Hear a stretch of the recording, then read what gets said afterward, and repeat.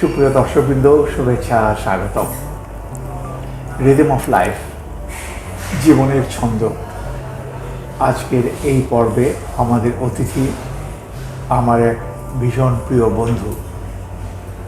1985 সাল থেকে তার আমার সাথে যোগাযোগ এবং সেই সম্পর্ক দিনের পর দিন দৃঢ় থেকে দৃঢ়তর হয়েছে। বিভিন্ন জায়গায় পেশার কারণে তাকে কাজ করতে হয়েছে বিভিন্ন সেক্টরে, কখনো অ্যাডভার্টাইজিং এজেন্সিতে, কখনো ট্রাভেল এজেন্সিতে, কখনো রিয়েল এস্টেটে, আবার কখনো বা টি গার্ডেনে। নানাবিধ অভিজ্ঞতার সে পুঁজি করে আজকের এই পর্যায়ে দাঁড়িয়ে আছে। রেজা আলী মাহমুদ আমাদের আজকের অতিথি। রেজার কাছ থেকে শুনবো রিদম অফ লাইফ, সত্যিকার অর্থে জীবনের উত্থান পতন, জীবন তরঙ্গের কথা বাস্তব জীবন থেকে তুলে এনে সেই বিষয়গুলোকে আমাদের সামনে উপস্থাপন করবে রেজা আলী মাহমুদ।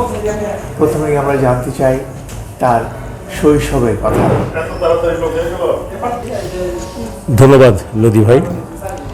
আসলে শৈশবের কথা বলতে গেলে আমি খুবই নস্টালজিক হই, আমাদের জেনারেশনের সবার মতোই। কারণ আমার জীবন এবং আই এম শিওর আমার মতো আমার জেনারেশনের বেশিরভাগ মানুষেরই ফাউন্ডেশনটা হয়েছিল আমাদের চাইল্ডহুড, যেটা এই প্রজন্ম, আমাদের সন্তান, আমাদের আশপাশ, আমাদের নেইবার, তাদের বাচ্চা, আই এম শিওর তারা সেই চাইল্ডহুডটা পায় না যেটা আমরা পেয়েছিলাম। আমার জন্ম সিলেটে, কিন্তু 2 বছর বয়সে আমরা ঢাকায় চলে আসি। সেই ওয়ে ব্যাক ইন 64-65 আবার থাকতাম সেন্ট্রাল রোডে, ডক্টর নুরুল ইসলাম জাতীয় অধ্যাপক ওনার বাসায়। সেন্ট্রাল রোডের বাসাটার নাম ছিল গুলমেহের। গুলমেহের প্রফেসর নুরুল ইসলামের মায়ের নাম ছিল, এবং তখনও ওনার মা বেঁচে ছিলেন। মায়ের প্রতি যে অগাধ ভালোবাসা, যে শ্রদ্ধা, এবং মা যে একজন মানুষকে জীবনে কতটা ইনফ্লুয়েন্সিয়াল হতে পারেন, সেটা আমার সেই 2 বছর 4 বছর 3 বছর 4 বছর থেকেই আমার সেই উপলব্ধিটা হলো। আমরা যখন ওই গুলমেহের, আমরা ওনাকে দাদি বলতাম, এবং প্রফেসর নুরুল ইসলাম উনি ওনার পরিবার, এটা একটা ইন্ডিপেন্ডেন্ট বাসা ছিল, দোতলা বাসা। প্রচুর গাছ ছিল, সামনে জায়গা ছিল, পিছনে জায়গা ছিল। আমরা খেলতাম, বিকালবেলা খেলতাম। আমার বাবার একটা ফিয়াট 600 গাড়ি ছিল, আর নুরুল ইসলাম সাহেবের একটা বড় গাড়ি ছিল, আমি ঠিক নামটা মনে করতে পারছি না। অলমোস্ট এভরি উইক আমরা, ওনার ড্রাইভারের নাম ছিল সুলেমান, আমার এখনও মনে আছে। সুলেমান আমাদেরকে গাড়ি চালিয়ে নিয়ে যেত রমনা পার্কে। আমরা ফ্লাস্কে চা, স্ন্যাক্স দিয়ে যেতাম, আমরা ওখানে খেলাধুলা করতাম। অর্থাৎ আমাদের একটা কেয়ার ফ্রি লাইফ ছিল। আমি কখনোই এই জিনিসটা মনে হয় নাই যে আমরা ভাড়াটিয়া এবং ওনারা ল্যান্ডলর্ড। আমি ওনাকে মামা ডাকতাম, এবং আমি খুবই দুরন্ত ছিলাম, দুষ্ট ছিলাম। আমার মাকে কিভাবে আমাকে মানুষ করতে হবে, এই বিভিন্ন দিক নির্দেশনা দিতেন আমাদের গুলমেহের দাদি। পরবর্তীকালে আমি ওই বাসা থেকে চলে আসলাম এলিফ্যান্ট রোডে। এলিফ্যান্ট রোডের যখন আমরা আসি, তখন 68-69 গণ আন্দোলন চলছে, একটা উদ্দাম একটা উদ্দীপনার একটা দিন। আমাদের ঠিক পাশের বাসায় থাকতেন মিসেস জাহানারা ইমাম, আমাদের শহীদ জনদী জাহানারা ইমাম। আই এম ভেরি ফর্চুনেট যে আমরা জামি ভাই, রুবি ভাই 71-এর শহীদ। 71-এর দিনগুলোতে যার কথা ডিটেইল লেখা আছে। আমরা রুবি ভাই, জামি ভাইয়ের সাথে আমরা একসাথে ক্রিকেট খেলতাম। তখনও সেই সময়টা যখন আমাদের বাসাটা একটা ডেড এন্ডে ছিল, এবং রাস্তা বন্ধ করে উইকেট দিয়ে আমরা টেনিস বল দিয়ে ক্রিকেট খেলতাম। আমরা টিলো এক্সপ্রেস খেলতাম, রেস্কিউ খেলতাম। And the culture was such যে আমরা আসরের নামাজের আজান হইতো, আমরা বাসার বাইরে চলে যেতাম। আমরা কে ছেলে, কে মেয়ে, কে বড়, কে ছোট, আমরা পাড়ার সব বাচ্চারা একসাথে খেলতাম। আমাদের প্যারেন্টসরা কখনোই বদার্ড হতেন না। শুধুমাত্র মাগরিবের সময় যখন হতো, আজান করতো, সেই সময় আমরা ঘরে আসতাম। আমার মনে, আমি তখন অগ্রণী স্কুলে মাত্র ভর্তি হয়েছি, অগ্রণী বালিকা বিদ্যালয়, কিন্তু ক্লাস 4 পর্যন্ত ওখানে তখন ছেলেরা পড়তে পারতো। ওখানে ছিলেন প্রিন্সিপাল আমাদের মিসেস কিউএ মনসুর। আমরা যখন খুবই ছোট, তখন একটা ঘটনা ঘটে। মিসেস কিউএ মনসুরের ছেলেটা আনফর্চুনেটলি আত্মহত্যা করে। তা আমার মনে আছে আমাদের অ্যাসেম্বলিতে তখন আমাদের হেড মিস্ট্রেস কিবে মনসুর ওনার ছেলের কথা বর্ণনা করলেন এবং বর্ণনা করতে করতে উনি কাঁদলেন। আমি তখন খুবই ছোট, আমার শুধু মনে হইল যা আল্লাহ, আমি যদি আজকে আমার যদি কিছু হয় আমার মাও এরকম কষ্ট পাবে এবং I must go back as early as possible. আমি আমার মার কাছে যাব, মার কাছে ফেরত যাব, মাকে হ্যাপি করব। এবং ওই বোধটা তখন থেকেই আমার ভিতরে একটা প্রবলভাবে কাজ করলো যে আমার মা, এবং পরবর্তীকালে আই এম ভেরি ফর্চুনেট যে এখন পর্যন্ত আমার মা 84, আগামীকাল ওনার জন্মদিন, কিন্তু I am very very fortunate যে উনি আমাদের সাথে আছেন, উনি খুব অ্যাক্টিভলি আমাদের সংসারে আছেন। এবং এইটাই যে ছোটবেলার এবং সেই যে 69-এর যে গণ আন্দোলন, তখন আমাদের একটা টয়োটা গাড়ি, একটা নতুন একটা গাড়ি আমার বাবার কোম্পানি থেকে বাবাকে দেওয়া হলো। তো সেখানে আমার এখনো মনে আছে একটা কালো ফ্ল্যাগ আমরা লাগালাম, সেটা লাগিয়ে আমরা যে আন্দোলন হচ্ছে, মর্নিং নিউজপেপার জ্বালিয়ে দেওয়া হলো, সেগুলো দেখতে বের হতাম। কারফিউ হতো, আমাদের ঠিক পিছনেই ছিল মাঠের একটা বস্তি এবং তারপরেই ছিল ইউনিভার্সিটির হল। আমরা আমাদের বারান্দা থেকে আমরা দাঁড়িয়ে দেখতাম যে বিকালে দেখেছি অনেক দিন যে পুলিশ লাঠিচার্জ করছে, ছাত্ররা সবাই এক হাতে সুটকেস এক হাতে জুতো নিয়ে দৌড়ে, অনেক ছাত্র আমাদের বাসায় ওয়ার্ল্ড টপকে আমাদের বাসায় চলে আসতো, সব আমাদের বাসায় আশ্রয় দিত, তারা মুখ হাত চোখে পানি দিয়ে। আপনাকে একটু থামাতে চাচ্ছি এই কারণেই যে আমরা আরেকটু জানতে চাই কলেজ, ইউনিভার্সিটি এবং প্রথম কর্মজীবনের কথা, লেখাপড়ার ব্যাপারটা এবং প্রথম কর্মজীবনের কথা। অগ্রদী স্কুলে থেকে আমরা তো তখন ক্লাস, যখন স্বাধীনতার যুদ্ধ শুরু হলো, I was promoted two class 3। তো তখন স্বাধীনতার যুদ্ধর ডামাডোল, আমার মার্চ মাসের 2 তারিখ খুব সম্ভবত শেষ স্কুল ছিল, আমরা বাসায় চলে আসলাম। আমরা এলিফ্যান্ট রোড থেকে তখন চলে আসছি গ্রিন রোডেও আমরা যে বাসাটায় ছিলাম, আই এম ভেরি ফর্চুনেট। এর জন্য আমি বলি যে আমার চাইল্ডহুডটা খুব রিচ। বাসাটা ছিল ইয়ার মোহাম্মদ খান সাহেবের কারকুলবাড়ির লেনেই আওয়ামী লীগের প্রতিষ্ঠা হয়েছিল এবং আমি 70-এর নির্বাচনে বেশ কয়েকবার বঙ্গবন্ধুকে ওই বাসায় আসতে দেখেছি, ইয়ার মোহাম্মদ খান সাহেবকে নিয়ে মিছিলে যেতে দেখেছি। তো তখন যখন স্কুল বন্ধ হয়ে গেল, আমি তখন অগ্রণীতেই পড়তাম। স্বাধীনতার পরে 72-তে আমি আর কোনো স্কুলে ভর্তি হলাম না, 1 বছর বাসায় পড়ে আমি আদমজি স্কুলে 73-তে আমি ভর্তি হলাম ডাইরেক্ট ক্লাস 7-এ। তো দ্যাট ইজ, ওখান থেকে আমি ম্যাট্রিক পাস করি 1977-এ। পরবর্তীকালে আমি ঢাকা কলেজে যাই এবং স্টুডেন্ট থাকা অবস্থাতেই আমি আমার কর্মজীবন শুরু করি, বিকজ তার মধ্যে 73-তে আমার বাবা মারা যান, হি ওয়াজ অনলি 46। আমার বাবাও আমার জীবনের, আমি খুব ইনফ্লুয়েন্সড আমার বাবাকে দিয়ে, কারণ ওনার সম্পর্কে আমি যদি বলি, আমার মনে হয় আমি একজন লেখক হলে হয়তো আমার বাবাকে নিয়ে একটা বড় বই আমি লিখতাম। হি ওয়াজ এ গুড হিউম্যান বিইং। ওনার জীবনে একমাত্র বিলাসিতা ছিল, উনি কখনো ওনার সন্তানদেরকে, বিশেষ করে যেহেতু আমি একমাত্র ছেলে, উনি নো এই শব্দটা বলেন নাই। যখন যেটা আমরা চেতাম, ভালো খাওয়া, ভালো কাপড় পরা, মানুষকে সাহায্য করা, দাওয়াত দেওয়া, মানুষকে আত্মীয় স্বজন দূরের কাছে সবাইকে বাসায় ডাকা, এটা তার একটা চরিত্রের বৈশিষ্ট্য ছিল। হি ওয়াজ আপফ্রন্ট প্যাট্রিয়ট। আমি একটা ছোট্ট ঘটনা যদি এখানে বলি, 1971-এ যুদ্ধের সময় ঈদ আসলো স্বাভাবিক নিয়মেই। তখন স্বাধীন বাংলা বেতার কেন্দ্র থেকে মুক্তিযোদ্ধারা বলল যে আপনারা ঈদের আনন্দ করবেন না, সবাই ঘরে থাকবেন। তা আমাদের গ্রিন রোডের বাসার অপোজিটে ছিল স্টাফ কোয়ার্টারের পাশে ডরমিটরিতে একটা মসজিদ ছিল, সেখানে আমরা সবাই ঈদের নামাজ পড়তে গেলাম। তো নামাজ পড়তে গিয়ে দেখি চারিদিক মসজিদটা পাকিস্তান আর্মিরা কর্ডন করে রেখেছে, আমরা ওর ভিতরেই নামাজ পড়লাম। নামাজ পড়ে যখন বের হয়ে আসছি, সবাই লাইন ধরে বের হচ্ছে এবং যে সোলজাররা ছিল অ্যাবসলিউটলি কমব্যাট গিয়ারে উইথ আর্মস, তারা প্রত্যেকের সাথে হ্যান্ডশেক করে, যারাই নামাজ মসজিদ থেকে বেরোচ্ছে সবাই সাথে কোলাকুলি করছিল। ইন দ্য প্রসেস আমার বাবারও টার্ন আসলো, সোলজারটা হাত বাড়ালো, আমার বাবা এমন একটা ভাব করলেন যে উনি অন্যমনস্কভাবে যেন কিছু একটা, আরও একজন পরিচিত কারোর সাথে দেখা হলো, উনি একটু অন্যদিকে তাকিয়ে একটু জোরে জায়গাটা পার হয়ে গেলেন। আমি ঠিক বাবার পাশেই ছিলাম। আমি ওই সোলজারের আশ্চর্য চোখটা দেখলাম এবং ও আমার বাবার পিঠে একটু হাত দিয়ে জাস্ট একটু পেটিং করে দিল। আমি বাবারে জিজ্ঞেস করলাম যে তোমারে ও হ্যান্ডশেক করতে হাত বাড়ালো, তুমি হ্যান্ডশেক কেন করলে না? বলে আমি ওর সাথে কীভাবে হ্যান্ডশেক করবো, ওর হাতে তো আমার ভাই বোনের রক্তের দাগ। তো যখন সেই সময় একজন পাকিস্তান আর্মির সোলজারকে হ্যান্ডশেক রিফিউজ করা, এবং আমি এখন বুঝি, কারণ অনেক অন্যায় সকাল বিকাল আমাদের অ্যাডজাস্ট করতে হয়, ডাইজেস্ট করতে হয়, আমরা প্রতিবাদ করতে পারি না।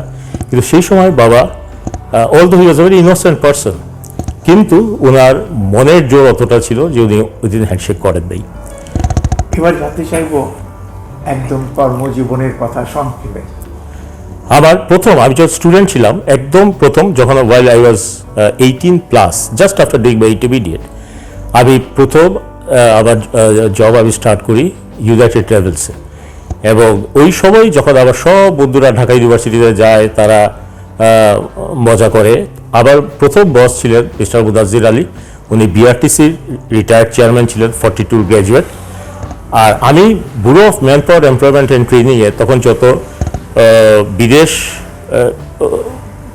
চাকরি দিয়ে যেতেন তাদের একটা পারমিশন দিতে হতো। তো ওই পারমিশনটা দেওয়ার দায়িত্বটা আবার ছিল। It was a very very important job. আমি ব্রিফকেস ভর্তি করে পাসপোর্ট দিয়ে ব্যুরো অফ ম্যান পাওয়ারে যেতাম, সেখানে শত শত পাসপোর্ট আমি এন্ডোর্স করতাম। তো ওখানে আমি 84 পর্যন্ত আমি কর্মরত ছিলাম। আবার ইউনাইটেড শেষ হওয়ার সাথে সাথেই আমি জয়েন করলাম অ্যাডকম অ্যাডভার্টাইজিংয়ে as a client services executive. পরবর্তীকালে আমি অ্যাডকম এবং ইস্ট এশিয়াটিক দুইটা টপ লিডিং এজেন্সিতে আমি 1986 পর্যন্ত কাজ করি। এর মধ্যেই আমি শেরাটন হোটেলে mister Bernard Allen West, general manager DONDT company, ওনার সাথে দেখা হয় এবং উনি এক পর্যায়ে উনি আমাকে বললেন যে you are a very fortunate young man, আমি একজন অ্যাসিস্ট্যান্ট ম্যানেজার খুঁজছি for one of our tea estate. তো আমার একটা ফ্যাসিনেশন ছিল চা বাগানের একটা জবের প্রতি, অ্যান্ড আই ওয়াজ সিলেক্টেড। এবং জানুয়ারি 1, 1987 আমি সিলুয়া টি স্টেট, যেটা বাংলাদেশের একটা one of the most remote tea garden, যেটা ঢাকা, মৌলভীবাজার, কুলাউড়া, লাঠিটিলা বর্ডার বেল্টে ছিল। এবং জুড়ি ভ্যালিটা বাংলাদেশের চা শিল্পের যতগুলো ভ্যালি আছে তার মাঝে স্বাধীনতা যুদ্ধে ম্যাক্সিমাম এইটা ড্যামেজড হয়েছিল। আমি যে বাংলোটাতে থাকতাম, কুচাই বাংলো, যেটা কুলাউড়া, জুড়ি, লাঠিটিলা বর্ডার হাইওয়ের উপরে ছিল, এই বাংলোটাও 71-এ ডিস্ট্রয়েড হয়ে গিয়েছিল। আমাদের ম্যানেজার্স বাংলোতে থাকতেন তখন ইএমপি নেইলার, ওনাকে মারতে একটা অপারেশন হয় এবং আমাদের পার্শ্ববর্তী একটা গার্ডেনের manager Jimmy Boyd was killed, the bungalow was also destroyed. তো রিমোট বেল্টে কাজ করার যে সুবিধাটা হলো, প্রথম কথা হচ্ছে চা বাগানের আমার যে অভিজ্ঞতাটা হলো, এবং আমার মনে হয় পরবর্তীকালে আমার এই 30 ইয়ার্স ওয়ার্কিং এক্সপিরিয়েন্সে আই থিঙ্ক চা বাগানের যে কর্মকৌশল, যে কর্মপদ্ধতি, যে work culture, it is by far one of the best management. কারণ আমরা প্রত্যেক সকালে আমাদের প্রত্যেকটা ডিভিশনের আমরা সর্দার বলতাম, যারা ওয়ার্কারদের দিয়ে কাজ করতো, লাইন চৌকিদার সবাই আসতো। 6:30 সকাল 6:30 আমাদের মর্নিং মাস্টার হতো এবং আগের দিন কাজ কোথায় কি হয়েছে অ্যাবসলিউটলি ডিটেইল, এবং সেই দিন আমরা কী কাজ করবো এই প্রোগ্রামিংটা করা হতো। আমার মনে আছে আমাদের ওখানে একটা মূল মন্ত্র ছিল যে ওয়ার্কারদের সাথে তুমি কাজ করবা, you must know your worker properly. এবং যখন টিলাতে আমাদের ওয়ার্কাররা মোস্টলি ফিমেল ওয়ার্কাররা ছিল, তারা যখন টি প্লাকিং স্টার্ট করতো তো তাদের শাড়িটা খুলে এটাকে আমরা পাতি গামছা বলতাম, একটা পাতি গামছা পরে প্লাকিং করা শুরু করতো। এবং প্লাক করতে করতে তারা টিলার ভিতরে চলে যেত, ওয়ার্কারটাকে দেখা যেত না। তখন আমার ম্যানেজার এসে আমাকে অনেক সময় জিজ্ঞেস করতেন যে এটা কার শাড়ি, এবং আমার তখন বলতে হইতো যে এটা কৈশল্যার শাড়ি, ওর শ্যামাচরণ সর্দারের মেয়ে, সে মুন্ডাবাই caste, she is a very good plucker. তার সম্পর্কে আমার ডিটেইল একটু বলতে হইতো, এবং এইটা ফিউ হান্ড্রেড ওয়ার্কার্সের নাম আমাদের মুখস্থ রাখতে হতো। সেখান থেকে আমি সিলভার টি স্টেটে বছর 4 কাজ করার পরে আমি বদলি হয়ে গেলাম রাজকি। সেটা আরেকটা অত্যন্ত রিমোট একটা গার্ডেন ছিল, এবং রাস্তাঘাট ইনফ্রাস্ট্রাকচার তখন কিছুই ছিল না। বাট তখন অত কষ্টের মধ্যেও, আইন শৃঙ্খলা এবং অন্যান্য বিভিন্ন চ্যালেঞ্জের মধ্যেও আমাদের একটা জুরি ভ্যালি ক্লাব ছিল, যেটা খুবই ট্রেডিশনাল একটা ক্লাব, 1929-এ হয়েছিল, যে ক্লাবটা সাথে অ্যাফিলিয়েশন আছে কলকাতা টালিগঞ্জ, ঢাকা ক্লাব, করাচি জিমখানা ক্লাব। তো এই ক্লাব এমনও সময় গিয়েছে আমাদের যে যখন হয়তো বা রাস্তাঘাট সব বন্যার পানিতে নষ্ট হয়ে গেছে, আমরা ট্র্যাক্টরে করে, ট্র্যাক্টর ইঞ্জিন দিয়ে আমাদের ল্যান্ড রোভারকে টেনে নিয়ে আসতো এবং আমরা পুট অ্যান্ড টেক, অর্থাৎ সবাই কিছু খাওয়া নিয়ে আসতাম, এসে হোল ডে আমরা ক্লাবে স্পেন্ড করে মাসে একবার আমরা ক্লাব ডে করতাম। So that was the spirit. আমাদের ওই অবস্থায় তৎকালীন মার্কিন যুক্তরাষ্ট্রের অ্যাম্বাসেডার ডিপ্রি, উনি আমাদেরকে ভিজিট করলেন, ব্রিটিশ হাই কমিশনার ভিজিট করেছেন। অ্যান্ড পরবর্তীকালে আমার একটা হতাশার জায়গা এখানে আছে, সেটা হচ্ছে এখন যে রাস্তাগুলা, এখনকার একটা ইয়াং অ্যাসিস্ট্যান্ট ম্যানেজার কল্পনা করতে পারবে না যে আমরা কিভাবে, আমরা সকালে হাফ প্যান্ট পরে হয়তোবা ওয়ার্কারের যে স্যালারিটা, উইকলি পেমেন্টটা দিতে ব্যাংকে আসছি, হয়তো আমরা সন্ধ্যা হয়ে গেছে, বিকাল হয়ে গেছে, টাকাটা নিয়ে আমরা ফেরত গেছি, ওয়ার্কারদেরকে আমরা ডিসপার্স করেছি। এখন কিন্তু সেই সব রাস্তা কমপ্লিট পাকা হয়ে গেছে। বাট আনফর্চুনেটলি এখন ক্লাবে the attendance is very thin. Assistant ম্যানেজাররা বাংলায় বসে হয়তো বা মোবাইলে বা কম্পিউটারে বেশি সময় কাটায়। আমাদের যে একটা কালেকটিভিটি, একটা গ্রুপ, একটা ফিলিং ছিল, সেই স্পিরিটটা ইজ বেসিক সামওয়্যার। এখন আমাদের চায়ের ভবিষ্যৎ কীরকম? চায়ের ভবিষ্যৎ অত্যন্ত ব্রাইট, কারণ আমরা যখন চায়ে ছিলাম তখন আমাদের কিছু ক্যাপটিভ মার্কেট ছিল, যেমন Pakistan was our buyer, Iraq আমাদের বায়ার ছিল, আফগানিস্তান বায়ার ছিল। এখন এই ক্যাপটিভ মার্কেটদের হাতে কিন্তু আর টি ইন্ডাস্ট্রিটা নাই। এখন with the passage of time দেশের আর্থসামাজিক অবস্থার ব্যাপক পরিবর্তন হয়, মানুষের পারচেজ পাওয়ার বাড়ায়, গ্রামে গঞ্জে আমাদের local consumption of T has increased manifold. In fact এখন আমরা এক্সপোর্টও সেই অর্থে, এখন পর্যন্ত আমরা কিছু এক্সপোর্ট করি, কিছু ইম্পোর্টও করি। একটা সময় আসবে যখন হয়তো আমরা এক্সপোর্টই করতে পারবো না, যেভাবে আমাদের লোকাল মার্কেটটা ইনক্রিজ করছে এভরি ইয়ার। ইম্পোর্ট করতে হয় বিকজ অফ ব্লেন্ডিং, কিছু গুড কোয়ালিটি টি, কিছু high for strength, for flavour, এটার জন্য আমাদের কিছু ইম্পোর্ট করতে হয়। গুণগত মানের দিক থেকে আমাদের কি অবস্থা? আমাদের গুণগত মান তো আমাদের হাই ফ্ল্যাট মোস্টলি, যদি আমি যে বাগানগুলো ছিলাম শিলুয়া, রাজকি, এগুলা খুবই হাই অল্টিটিউডের গার্ডেন, কিন্তু আমাদের it's a very high mixing tea. আমাদের চাটা খুব হ্যান্ডি টি, এটা অন্য যে কোনো চার সাথে মিক্স করে আমরা টপ ভ্যারাইটির টি প্রডিউস করতে পারি। আমরা কি বলতে পারি যে এখনো ভালো ইনভেস্টমেন্ট হচ্ছে এই টি ফিল্ডে? কিছু ট্রেডিশনাল টি কোম্পানি, এটা একটা গ্লোবাল চেঞ্জ, তারা ইন্ডিয়া থেকেও চলে গেছে, যেমন শওয়ালেস চলে গেছে, জেমস ফিল্ডে যেটা ডমিনেট করতো বাংলাদেশে নাই, মালিকানায় বদল হয়েছে এবং অনেক কোম্পানি ইনভেস্ট করেছে। এরা ঠিক টি কালচার বা টি ট্রেডিশনের সাথে অতটা পরিচিত না। Maybe they are investing, maybe tea is being made, but আগের যেটা ছিল এক্সিকিউটিভ লাইফ, ক্লাব লাইফ এবং টি কালচার যেটা আমরা বলি, সেইটা এখন this is perhaps a change যেটা one has to accept. I am not complaining, তবে আমি বিশ্বাস করি যে আরও প্রফেশনাল কোম্পানিতে ইনভেস্ট করা উচিত। চায়ে বাংলাদেশের ভবিষ্যৎ উজ্জ্বল। রেজা আলী মাহমুদ, আপনার সাথে কথা বলে খুব ভালো লাগলো। আমরা আগামী পর্বে গিয়ে আপনার অন্যান্য যে কর্মক্ষেত্র ছিল, মূলত বলবো রিয়েল এস্টেট বিজনেস, সেই নিয়ে কথা বলবো এবং অনেক তথ্য জানার চেষ্টা করব, যেটা অবশ্যই আমাদের যারা দর্শক শ্রোতা আছেন তাদের রিয়েল এস্টেটের ব্যাপারে নতুন একটি ধারণা দেবে এবং ছবির মতো সব কিছু খোলাসা হয়ে উঠবে। আপনাকে অনেক অনেক ধন্যবাদ। আপনাকে ধন্যবাদ। সুপ্রিয় দর্শকবৃন্দ, আমাদের অনুষ্ঠান আজ এই পর্যন্তই। আপনারা ভালো থাকবেন, সুস্থ থাকবেন, নিরাপদে থাকবেন। সেই সঙ্গে বিনীত অনুরোধ, আমাদের এই চ্যানেলটিকে সাবস্ক্রাইব করবেন আর বন্ধুবান্ধবদের করবেন প্রেসক্রাইব।